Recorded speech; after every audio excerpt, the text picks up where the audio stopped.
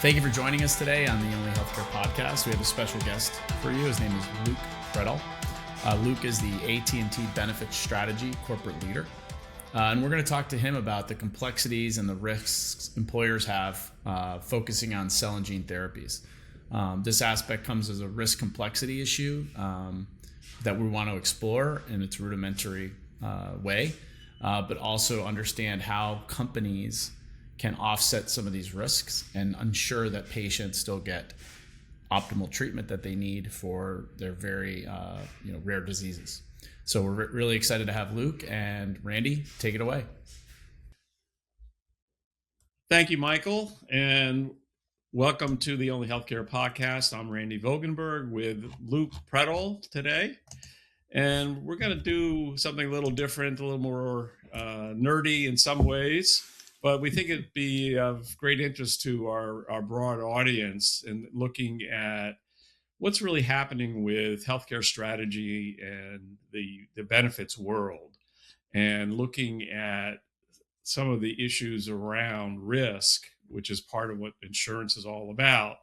When we start looking not only at current therapies, but looking at the emerging therapies that are coming down the road. So to start off with, Luke, why don't you just give our audience a little background on yourself and what you're doing these days? Yeah, sure. Thanks, Randy, and great to be here. So my background, I started in consulting, moved to the employer side because I have a bent towards getting things done, right? And so that's why I moved to the employer side. And now for the last 4 years, I've been at AT&T and work on our strategy and design team. And it is the most fun I've had because it's still on the employer side, still doing things, but I also get to be a consultant and think about what's coming next. And so it's kind of a great combination. Great. Yeah, I totally agree. It's a lot of fun being on the strategy side. Exactly. So a couple of things that we kind of kicked around in preparing for this, there's three basic areas that people in healthcare benefits think about. First is the size of the claim. The next is kind of the ROI, or the length of value over time. And then finally, the issues around the complexity of the plan and the risk that's associated with the therapies. So we decided we're just going to touch very briefly on the first two. We really want to focus on the third one because that's where a lot of people really don't spend a lot of time and attention. And with where we're headed with the evolution of therapies, particularly down to the cellular and gene levels, we're going to be facing much greater issues in the next few years than we've had in the past 30 years. So let's touch on this very quickly and briefly. You're a big employer, lots of people, both active and retired. So what's the big takeaway around the size of a claim from your perspective? Yep. Yeah, and let me start with kind of how we define winning as a benefits team. And I would highly encourage everyone to sit and think about like what is winning before you start answering what do we do, because that should give you some parameters as to like what is success looks like. For us, winning is helping our members achieve the best possible outcomes by connecting to quality care while beating market trend. So we are not always looking for the lowest cost option. Our primary objective is best possible outcomes. And we think we do it best when we operate by getting people to quality care, but we still have that limiter of, but we got to beat market trend. Because our goal and our focus is always on, all right, that's going to sustain long-term affordability. It's going to encourage the right behaviors.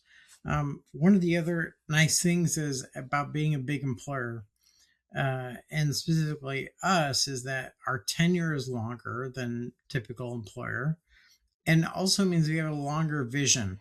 The other thing with scale is, to your point, that first question of what do you do if it's a $3 million claim? How do you manage that? For us, I don't want to say it's nothing, but we can absorb that $3 million. Like we have $3 million claims for some other ultra rare condition or several, NICU babies, right? We have those all the time. So $3 million claim by itself doesn't scare us as long as it's the right spend, right? That's what we're looking for. So we keep trying down. So we can skip that first question.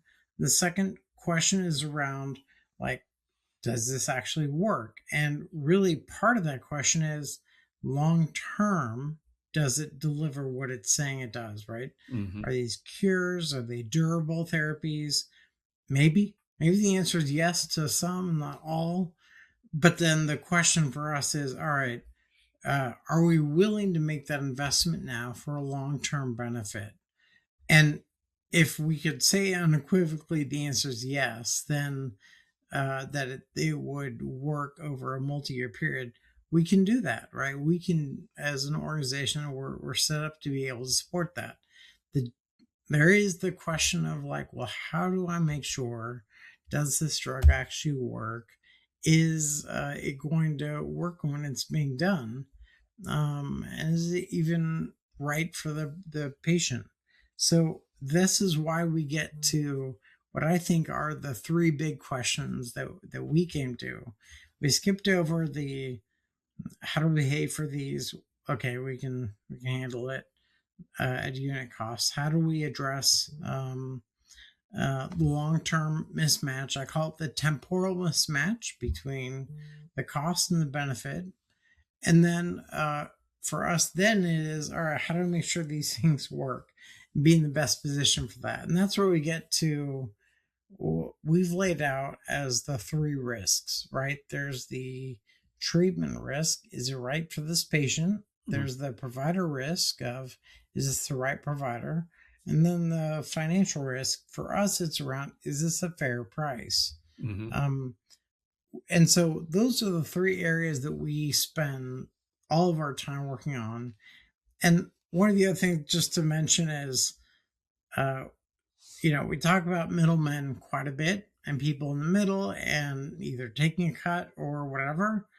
And in some cases, it's a matter of, for us in this situation is, and to be fair, when we see scary things, we run towards it, right? That's another nice thing about our culture is, if this is scary, let's go run towards it, put a ring around it and say, how do we solve for this? And this is exactly what we did here. We said, let's go solve for this, take out our medical plan and go figure out how to do it as a separate model just that works for us.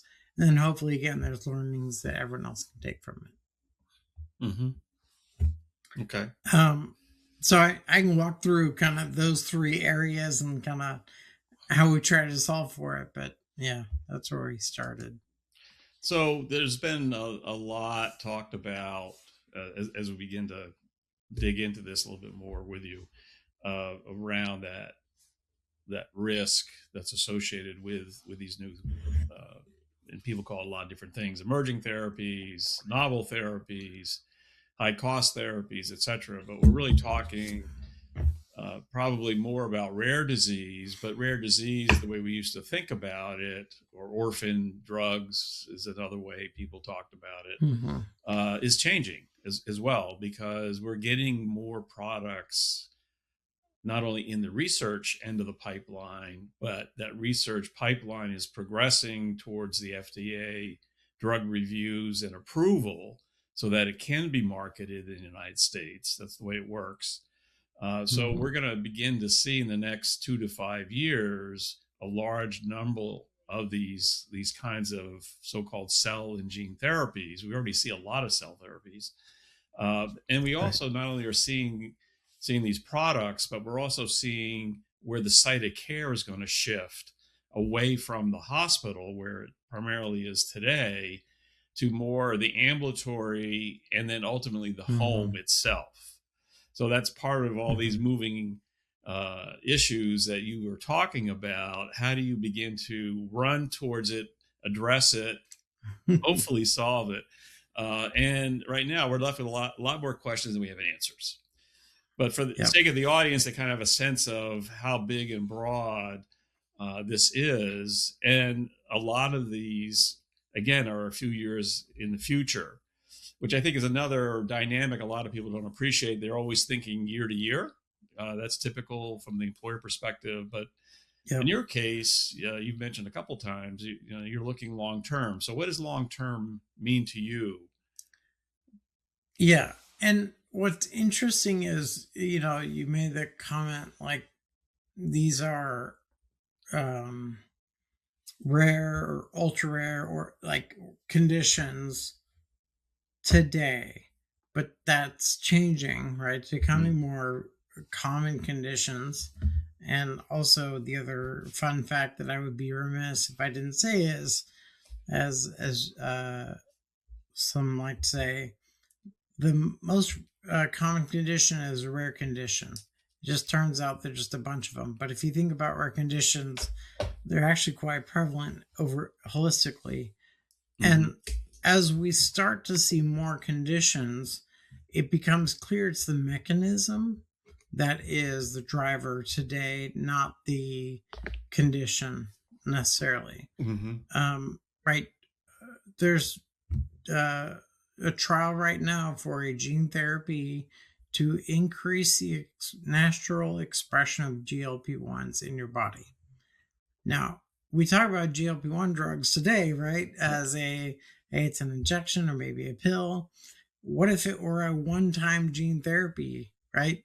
All of a sudden, it's the same thing. It's not a condition issue; it's the mechanism, and that I think is an important part. Your other point around cell versus gene and cell being more common in our program, we actually bifurcate on cancer versus non-cancer because cancer, right? CAR-T is what we're mostly looking at, and also to your point, better understood such that we can move site of care away from academic centers to closer to home and integrating into better standard experiences for patients. So, but if you take that part, which is definitely high volume, and you just look at the everything else besides cancer, that's the group that is the ones that, again, today is rare, but so many more approvals. If most of our planning we do is 5 years out at least, call it 3 to 7 is usually the overall thing. If I look at 2030, I mean, we're talking about 2-3x the utilization we're seeing today for these therapy types. And that's where it gets to be today everyone thinks about them as one-offs. Right. Fine. At what point does it not become a one-off, right? We think specialty drugs were one-off. I remember that, right? 20 years ago. And it was, I remember I had this visceral experience as I was like a young, associate in consulting. And I saw a pharmacy claim for a client that it was obnoxiously high. It was like $1,000 a month. And I went to our pharmacy practice lead and I said, "What is this?" And she goes, "It's specialty drugs. Don't worry about it. It's a rare one-off thing. You won't see it. It's not a big deal." Right. And here we are now, and it's majority of all of our pharmacy spends. So, I think it is changing a lot. And I think if you can say, not just trying to address today's problem, but what will be in 5 years and what will be when some of your current approaches don't exist. And again, some of that's luxury of being big and thinking several years out, being able to start working on it. Trust me, I understand. Like prior to being here, I was at smaller companies for just getting ahead of annual enrollment, just getting things like that was hard enough. So I understand it, but that's why it is helpful in this case. I think multi-year ahead. Sure. Yeah, absolutely. So let's we touched a little bit on the evolving complexity some would say it might actually get simple because we're going after mechanisms. But because we're looking at those multiple factors that you identified that all tie into risk from the benefit plan perspective, what are some of the things that you're trying to attack right now with one eye today and the other eye is looking 5 years down the road? Yep. So we built this program that we launched in 2024. So it's I guess almost 2 years now. And there are a few elements that we built in that are really unique that just don't exist elsewhere. One of the things we do, and we're trying to ask the question of, is it right for this patient, is that we do proactive patient identification, PPID. So we partner with Emerging Therapy Solutions, and they outreach to patients who, from claims data, look to be a reasonably good candidate for the therapy. And proactively outreach to them and say, hey, if this is on your care pathway, we're here for you. Like, this is how it'll work, essentially, and anything we can do to help and support you along the way. Now, why in the world would we want to be reaching out and telling people there's a thing, and if you're interested, we're here to help? It's because there's a few things that we're trying to solve there. One is, just at a very personal level, like, there's a member that was reached out to in the program, and she said, and was told about this, and they said, I just saw my doctor like a couple weeks ago. How come they didn't mention this? They're in a rural part of the country. Well, likely they're whatever. So we talked through that, and then it was, well, then, gosh, like, it's going to cost a lot. And it's like, well, no, the program is you don't pay anything. We pay for it all. He goes, well, clearly I'll have to go somewhere else to get this done. Yeah, all that's taken care of. And we have caregiver leave, paid caregiver leave. And we'll pay for that. And he goes, I knew my benefits were good. I didn't realize they were that good. And the question is, like, well, why do we do all that? And part of it is because, and the other two areas are, if we can anticipate any gray areas in terms of eligibility, and in fact pull forward the claim by a couple years, that actually will be better for the patient in terms of these therapies essentially lock in the current state of the patient, so we can lock them in at a better situation. That actually works better for us because, again, longer tenure, they'll probably be with us for a longer period, and that's a benefit to us. So it's an equity discussion, but it's also around pulling forward the claim, which again is a bizarre concept unless you think about having that member for a long time. The other is anticipating a change in the facility. We do use a COE approach here, so Center of Expertise. Partnering with Emerging Therapy Solutions, we work with them to kind of rethink a network based on quality and outcomes, which providers groups will likely provide the best outcome for this patient. And if we do it that way, it becomes right. So if we do the outreach, it's helpful because then we can say, this is where you'll probably need to go. And that's also important because these gene therapies are a one-time shot, right? If you get it wrong, you can't do it again because they're all viral vectors and different things that are technical. So we really have to make sure that if it's done right, and that the highest chance for success. Right. And that to me is why we use this COE model. and really think about how we get the best. Again, back to what I said at the beginning, uh, I kind of don't mind spending $3 million as long as it's the right spend, right? Right. And it's the most likely to drive the right outcomes.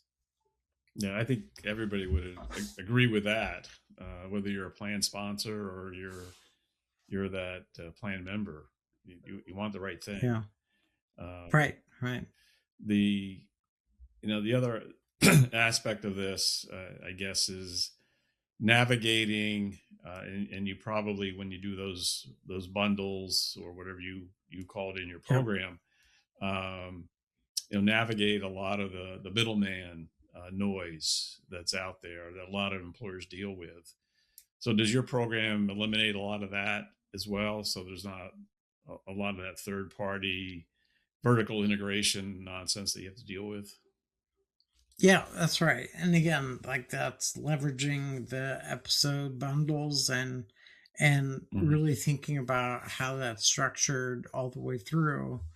Yeah, and what that does is, right, you're still having, you having to, but you get to work with some of the best, uh, facilities out there and systems out there, but then you're locking in and structuring the price such that I'm getting right. I can define what the price will be. I can also define, be sure that I'm headed in the right direction from an outcomes. Again, outcomes are primary for us, and so that's my number one thing. But then on the pricing side, again, I just need to be fair. Yeah, you bring up a good point, because from a risk perspective, the biggest problem that everybody has, whether you're an actuary or an administrator, is if you don't know, then you got a problem. You got to know what you're dealing with. Oh, and that actually ends up being a wonderful side effect of that proactive patient ID.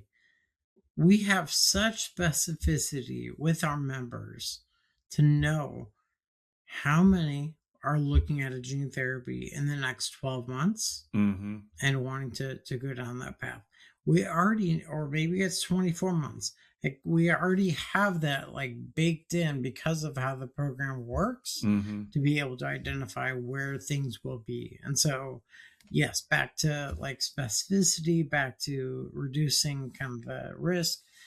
We all have like, you can run a bunch of different like standard things of like, well, how many people have sickle cell disease or whatever. Fine, but really being able to say, let's narrow that down with some expertise in that area, but then also being able to say, and we'll touch every one of those patients. That's valuable. Yeah. So I guess the next logical question is it helping with retention and productivity, some of the other indirect benefits from a good health plan operation? Yeah. So it's such a small cohort today that it's really difficult to measure productivity. I mean, we are working on that right now on the GLP-1 side, where we have a program we're really focused on some of those extra elements there, like that and so on. That at least is manageable because it got thousands of people on those drugs on a gene therapy. We're still single digit on gene therapies. Yeah. But if they cost $3 million a pop, that still adds up. Yeah, it does. And again, knowing it will add up over the next few years, we'd rather get it right on the front end and be there.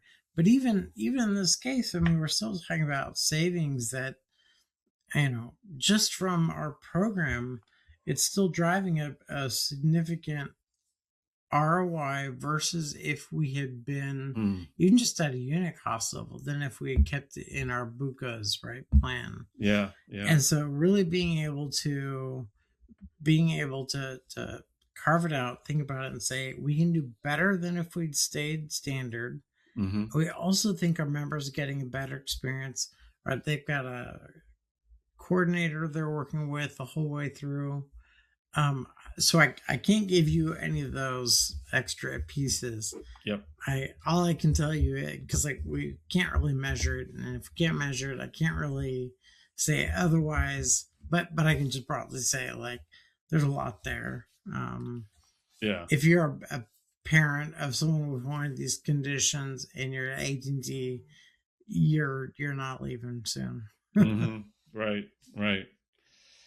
Yeah, I think for now that's all we can expect. But this, the fact that you're looking towards measurement and thinking about it, because that 3 to 7 year window you talk about, by then you're gonna be looking for more of that and doing measurements, and we'll be probably in a better position to actually do that. Depending on how this whole thing evolves.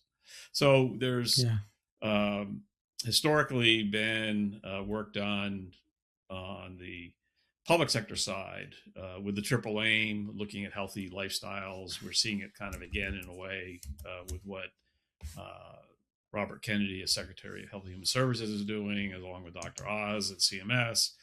But there's also a pain piece that goes along with it. But you have a different triple aim in pain. I'd like to have you share that as well.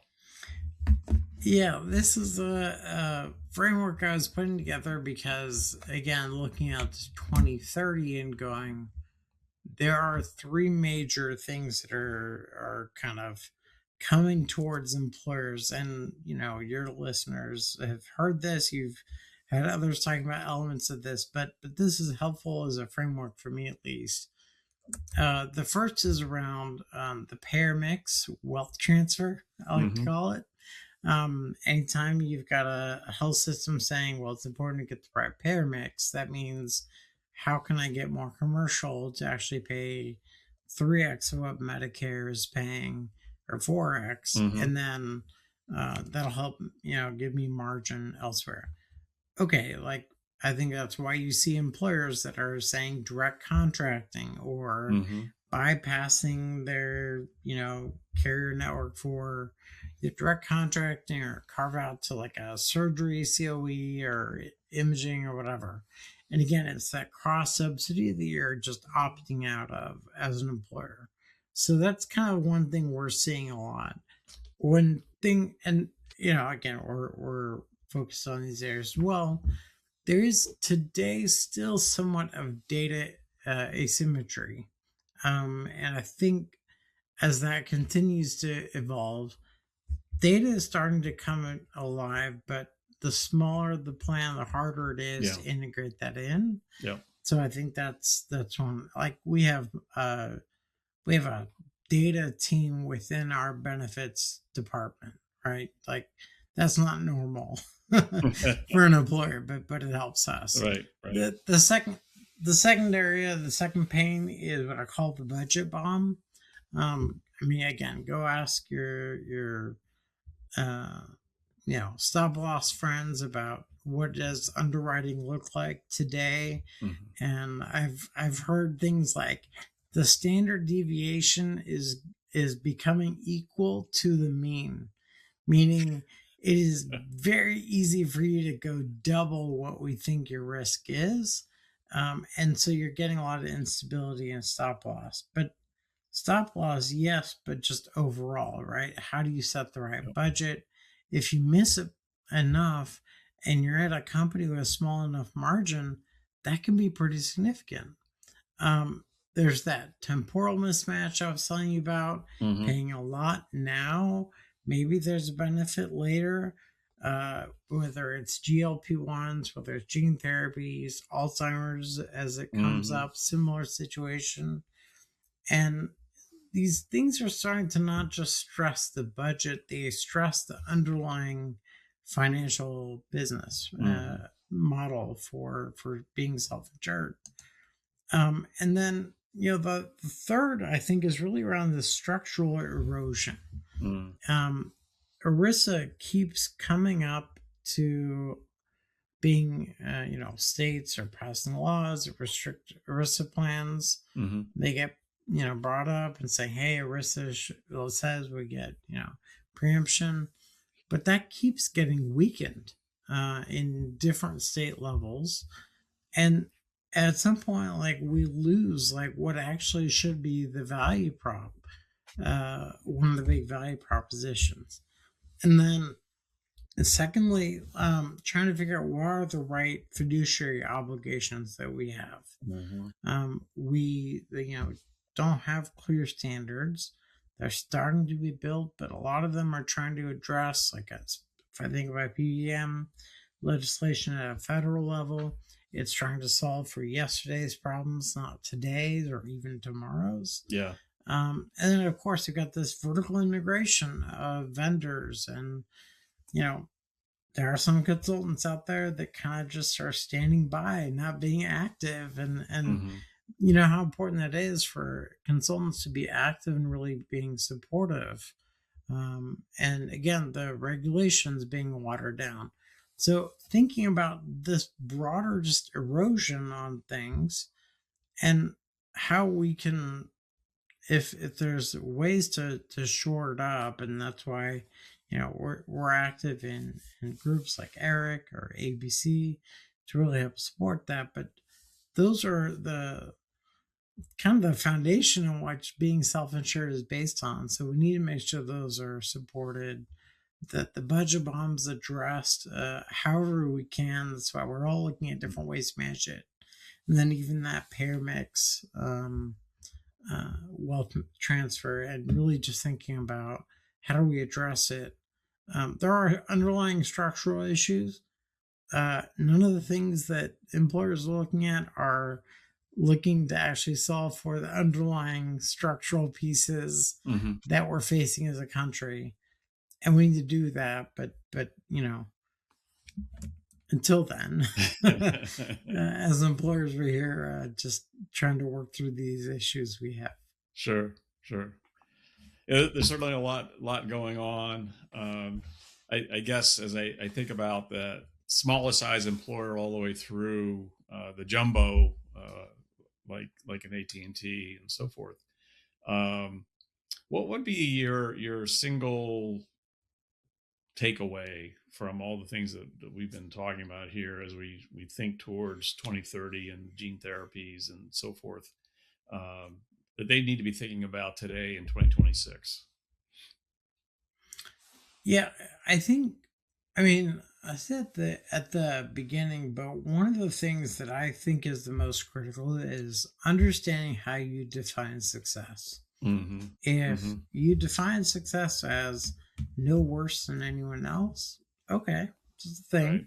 Right. If you say I want to be lowest, pay as little as I can for benefits, okay, like that's a strategy, right? Or that's an approach.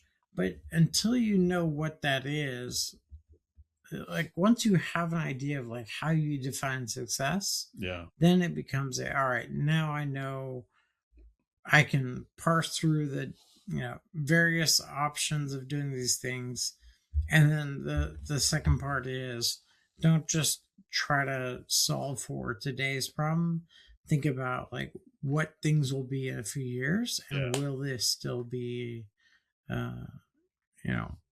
usable 3, 4, 5 years from now. Always a little bit harder, but the other thing I found being at a smaller employer is I can pivot faster. So there is some element of being able to be flexible and more nimble and be responsive, right, as a smaller employer. And that's where advice from good consultants that are actually helping you anticipate where things are quickly, pivot. Whereas again, at a jumbo level, it's big ship, takes a long time to move. So we have to look a ways out to be able to turn in time. If you're small, you can pivot. That's great. But also know that like you can't just keep pivoting, because then you're going to constantly play that game. Sure. So you do have to have some long-term idea of where you're going. That's probably a good point to stop on, because I totally agree. I've seen that over the years as well, with the mix of different size employers, and the differences that have also involved from the fully insured to the self-insured, to that whole spectrum. the dynamics keep shifting. That's one common thing that we probably have all seen is it never is static. Yeah. And that definition of success, like there are small employers that I know I talk to on a regular basis because we're so aligned in what success looks like. Mm-hmm. And there are some of my jumbo peers that I talk to, I'm like, yeah, we aren't trying to solve the same problem, or maybe we're solving the same problem, but different goals and priorities. Yeah. Again, it's all okay. It's just helpful to say, what is that for you, and getting that down. So yeah, I think that's right. Great. Well, I appreciate your time and thoughts that we can share with our audience, Luke. And it's been great spending this time with you. And I look forward to future conversations as well as we start looking to share some of the solutions that we're both involved with and looking at over the next several years. Perfect. All right. I'll send it back to Michael to close us out. Great. Thanks. Thank you for listening. We really appreciate your time today. I think it was a very informative conversation.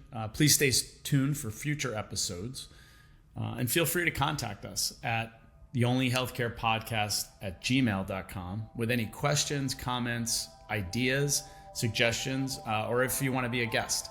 So please don't hesitate to contact us, and we look forward to continuing to provide you more content and hear back from you in the future. Thank you for tuning in to the Only Healthcare Podcast. We hope you found today's episode insightful and informative. Remember, our mission is to provide actionable and inspirational insights on how we can improve healthcare cost, care, and accessibility for all. If you enjoyed this episode, please subscribe, rate, and share with your friends and family. For more resources and updates, visit us at onlyhealthcarepodcast.com. We'd love to hear from you. Let us know what topics you'd like us to discuss in future episodes. Until next time, stay informed, and together, let's navigate the journey to better healthcare.